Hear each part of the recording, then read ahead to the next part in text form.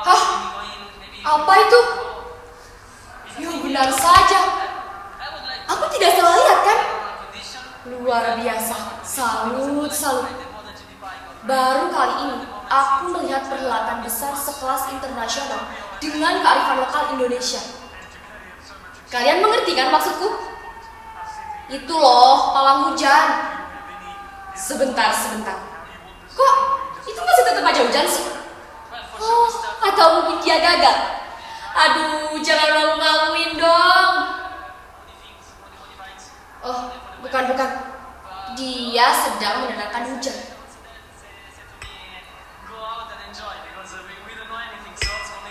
Kalian pernah melihat pawang hujan beraksi? Atau mendengar bagaimana cara mereka menghalau awan hitam? Kabarnya, bahkan ada yang sampai tidak boleh mandi atau melemparkan celana dalam ke atas genting. Bawang merah dan cabai juga bisa menjadi perantara ketika ditusukkan ke tusuk sate dan ditancapkan ke atas tanah atau media lain. Tapi itu artinya melawan Gusti Allah. Wak Jamil di kampungku paling keras teriak pesan begini. Katanya itu sama saja dengan kita tidak menerima apa-apa yang sudah menjadi takdir Tuhan, tidak tahu diri. Kupikir sangat sensitif jika kita sudah membahas persoalan ini. Apalagi kalau aku tulis ini di medsos. Dijamin deh jempol netizen lebih gesit dari kecepatan kuda. Contohnya saja soal kecil. Waktu aku mengomentari penampilan salah satu idola netizen yang jasnya miring sedikit. Bukannya mendapat balasan dari sang idola, aku justru mendapat balasan dari penggemar fanatik yang rela mati-matian membela idolanya itu. Siap perang kata-kata hingga menentang segala. Kupikir kekuatan suara politik juga dipengaruhi oleh jempol netizen ini loh. Aku yakin soal pawang hujan ini bisa viral tuh gara-gara netizen. Andai saja netizen memiliki akses yang terbatas untuk memberikan komentar, pasti gak akan seheboh ini. Aku ingat sesuatu. Bukan tentang menghentikan hujan, melainkan sebaliknya. Suatu hari di perkampungan nenekku, kemarau sangat betah menyambangi. Penduduk di desa mulai gelisah dengan cuaca yang panas dan persediaan makanan yang menipis. Kalian bisa bayangkan bukan? Bagaimana jika panen melulu gagal sementara kebutuhan terus mendesak? Sejak dulu, upacara selalu menghadirkan cincong. Harus ada boneka itu sebagai perantara memanggil hujan.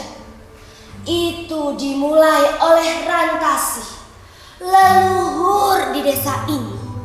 Rantasih yang gagal mengajak masyarakat mencari mata air, akhirnya menemukan cara lain dengan mengumpulkan masyarakat untuk melakukan ritual dari sebuah petunjuk yang ia dapat dengan tirakat tidak makan dan tidak minum selama 3 hari. Dari petunjuk itu, masyarakat diharuskan melakukan ritual dengan media cincong. Ya, aku ingat lagi. Waktu kecil aku pernah menyaksikan pertunjukan itu. Ya tentu saja aku tidak mengerti apapun yang mereka lakukan saat itu. Aku masih kecil. Yang ku tahu, di umur anak-anak sepertiku, boneka cincong itu tampak menyeramkan. Ya, asal kalian tahu, boneka itu akan mengejar orang-orang yang tidak percaya saat menyaksikan ritual. Cincawang, ilguna bilang bayu,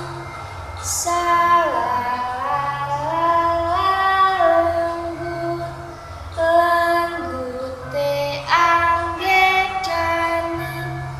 ayah panganten anyar, ayah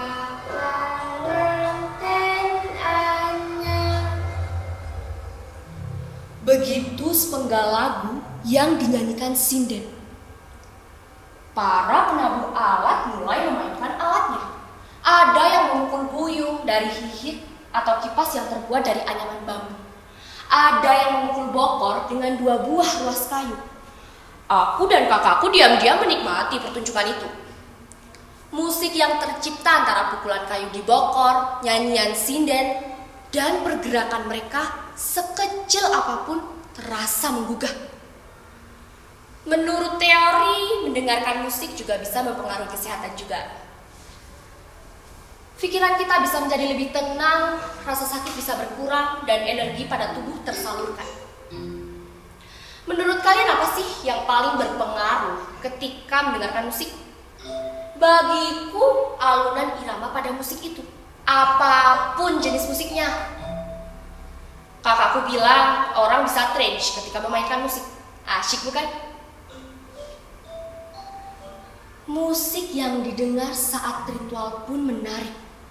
Ada perasaan lain seperti berada di dunia yang berbeda.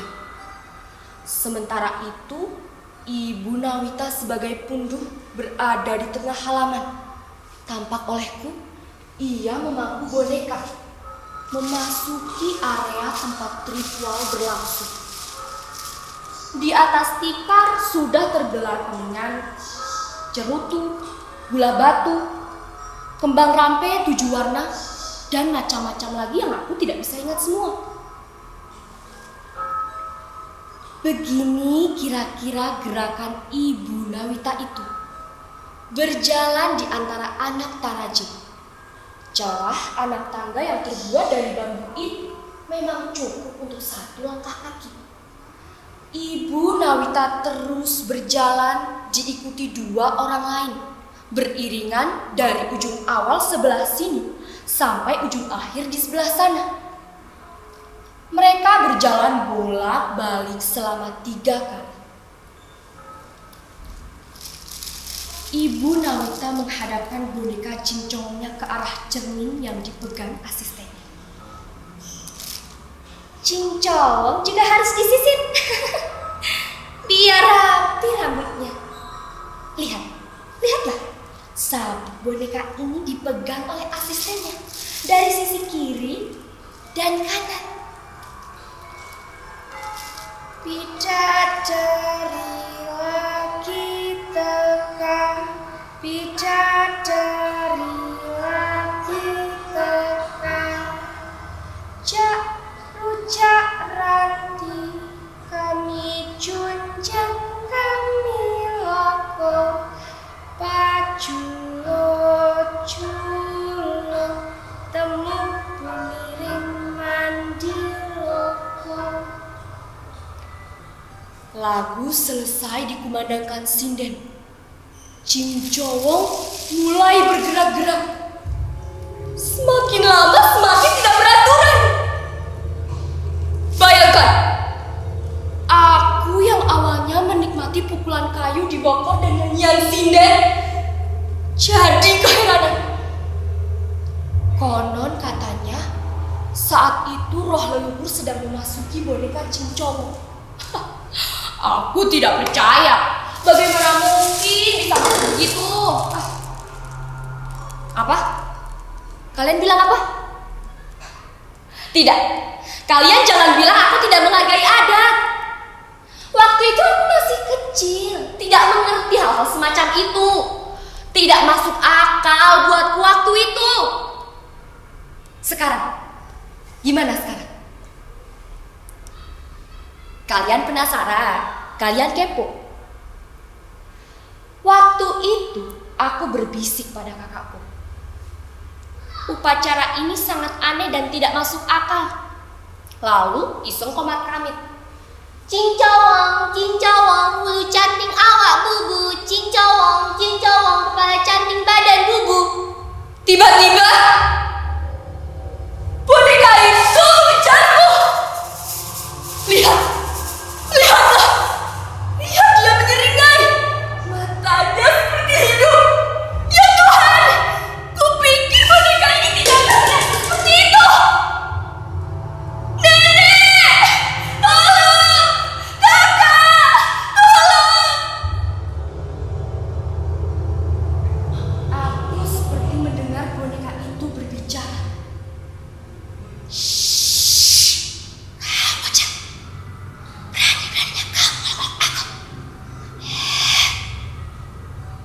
Aku merapatkan tubuh pada kakak di dekatku sambil komat kami agar boneka itu berhenti mengejarku.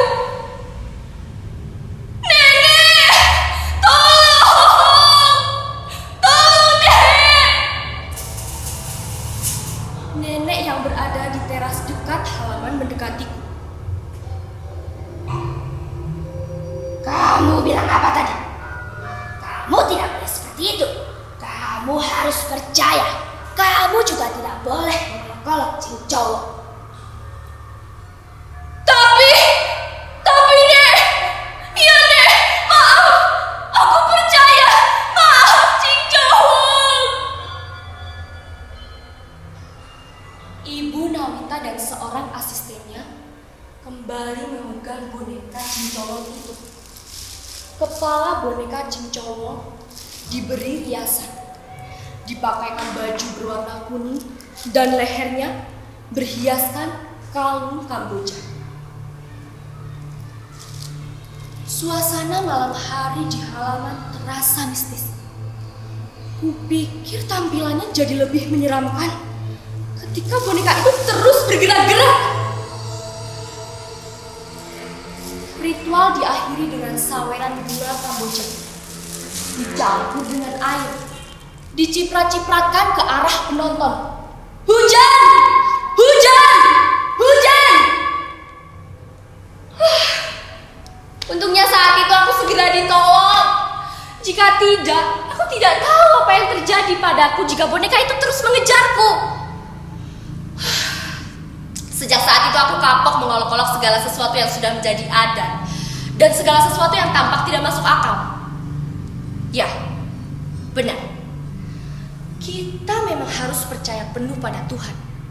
Tapi bagaimanapun, ada makhluk lain di dunia lain yang tidak bisa kita lihat dengan kasat mata.